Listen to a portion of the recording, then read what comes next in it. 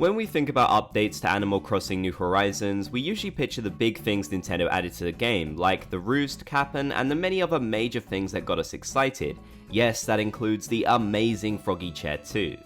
But two important updates related to the same thing might have ended up being near the top of my list, although what they changed is fairly simple in theory. I definitely feel like the first is incredibly underrated, and some players who were used to the game before this still don't realize that Nintendo actually changed it, so I wanted to make a video about it. When New Horizons first launched, the game pretty much had no events in it except New Year's Day, which has always been available for some reason. I guess New Year's is Nintendo's favorite child.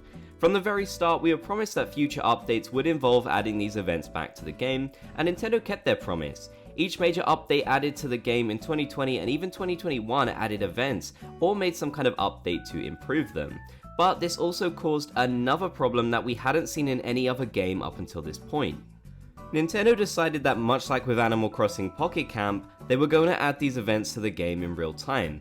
Now, originally I thought this was to stop players from time traveling, but given Nintendo changes in the end and hasn't done anything else to punish time travelers when they easily could have, I don't think this was really the case. However, this created a problem for themselves and for players too. Every time they wanted an event to happen, they actually had to program it in for the individual year. So when they released all of these events in 2020, they actually weren't programmed in for future years to come at all, meaning you couldn't go ahead to them, and in some cases, you couldn't even go back to them. So if you missed them, you were pretty much stuck, which had never been the case before in the series' history. This also forced Nintendo to have to release updates in time for these events to happen, otherwise players would have completely missed out on them, taking away a key component of the game. I remember at the time seeing lots of discussions about how time travel had kind of been patched. Thankfully, with the 2.0 update, which of course was designed to conclude the real-time support of the game, Nintendo made it so that all events are programmed in for past years and even all the way until 2063, when the game basically becomes unplayable. I think this was a really smart decision, and it was pretty much inevitable, although many did worry that Nintendo could have still kept these events time-locked.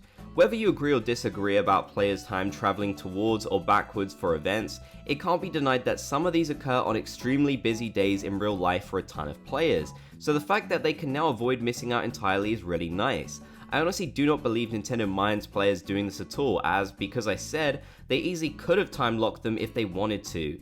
This is proven even more by the fact that the events are programmed in for past years that have gone by too. Continuing what I said at the start about two related updates, there was another similar update that fixed a huge issue for players at the very start of the game. This was for the Bunny Day. If you weren't around for the very first Bunny Day event in New Horizons, you missed out on one of the absolute most chaotic times to be a players.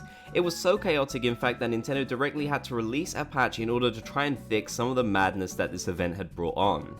Okay, so maybe that's a little bit more dramatic than what actually happened, but effectively Nintendo had made the spawn rates for eggs appearing around your island much higher than realistically they should have been, disrupting regular gameplay like finding stones, bells, resources from trees, and more at an early time for a majority of players. This all went down in real time, so there's pretty much no avoiding the chaos until Nintendo released this patch. It's also interesting to me that they definitely released this because of what people were saying online, so they did listen to our feedback, which was nice.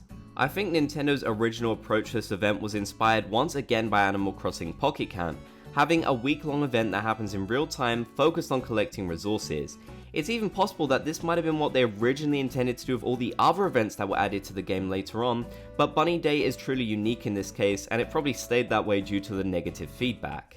Although I do enjoy the fact that it's unique, I'm glad that Nintendo decided to lower the spawn rates at the very least, so players who aren't that into playing it for like a whole 2 weeks when it's happening don't have to just deal with egg after egg after egg.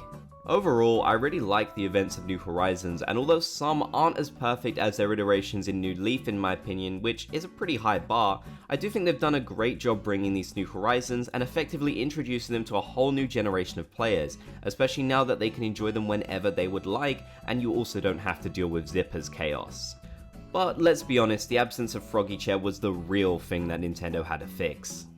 Let me know your thoughts down in the comment section below, and I'd love to know which of the events is actually your favorite in the game. If you made it to the end, be sure to comment Bob's Gang down below so I know you did. If you enjoyed, be sure to leave a like, and if you haven't already, consider subscribing and turning on notifications for more.